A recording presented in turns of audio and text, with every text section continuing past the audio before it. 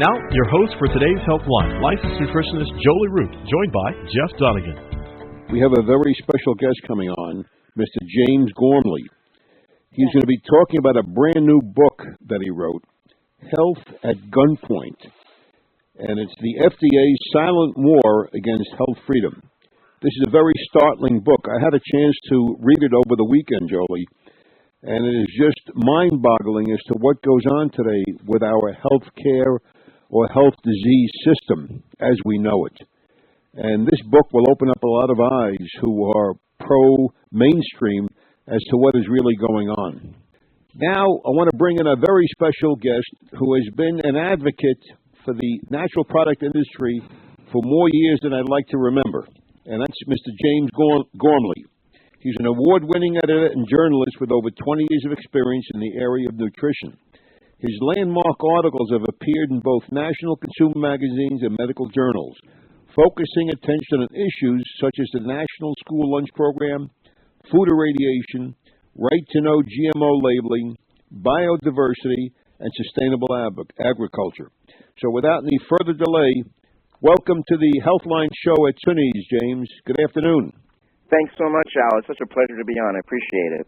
Well, it's a pleasure to have you because I think this book that you wrote, Health at Gunpoint, tells a story about what people have to face when it comes to the profession of the doctor business today in the United States of America. The health issue is most important to many of our older listeners listening to the show right now, and it should be as important to the youngsters that are listening to the show as well. So give us a little background on why you wrote this book. Sure. Thanks, Al. Well, one of the things that I think is important is to know where we're going and to know where we are. We really need to know where we came from in terms of the natural health movement, the natural products industry. And this is important not only for people involved in dietary supplements and health food stores. It's also extremely and especially important for consumers, for all of us who appreciate natural health, who like to purchase innovative, high-quality, high-potency dietary supplements, and who want to continue to be able to do so. Okay, we know that there are several 100,000 people a year that die in the United States from either medical errors where doctors give a patient a prescription, they get it filled, they take it, and they die because it didn't agree with them. Yet, we don't have such a problem with the natural product industry. Why is the FDA so strongly against disclosing all this negative information about the pharmaceutical industry? Well, I think it's partly due to the convergence of economic forces that I mentioned earlier in terms of the FDA's budget, but it's also partly related to the adversarial position that the FDA adopted, I would say, probably from 1948 onward, and we have seen this clearly in raids, as I mentioned, in health food stores from the 60s all the way through the 1990s in particular. The FDA, I would say a third reason is the FDA considers the dietary supplement industry to kind of be the Wild West, where there's all these companies out there supposedly trying to take advantage of consumers, when in fact the opposite is true, that the vast majority of companies out there adhere to very, very strict standards, produce high-quality products, and as in any industry, you're going to find a few bad apples, but the FDA really tries to paint the entire industry as being like that, and that's unfair.